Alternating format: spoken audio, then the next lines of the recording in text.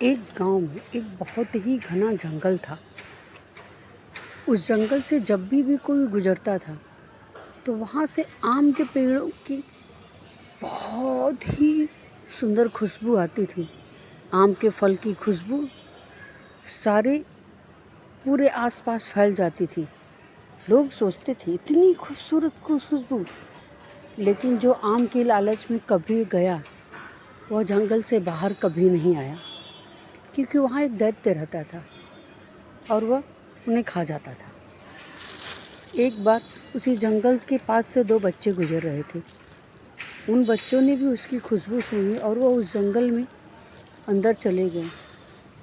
जब वह जंगल में गए और आम के पेड़ पर हाथ लगाए आम तोड़ने के लिए, वहाँ से एक आवाज़ आई कि अगर आम खाना है तो मेरे 2 सवालों के जवाब देने पड़ेंगे।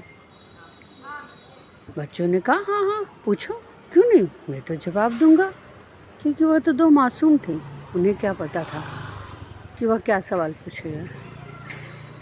राक्षस ने कहा, कर है पर कुछ कर नहीं सकते। यह पहला सवाल था। दूसरा सवाल कि नैना है पर दिखाई नहीं देता। यह सुनने के बाद एक बच्चे ने बड़े ही प्रेम से कहा, अरे तुझे पता है ना, वो साहूकार मेरे बाबा से कर मांगता है और कर लेकर वह अपने जेब में रख लेता है, पर वो तो कुछ कर ही नहीं पाता जो कर लेकर जाता है।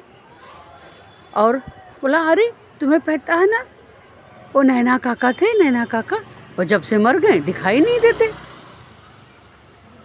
वह पिचास भी बहुत तेजों से हंसा, हा हा हा हा।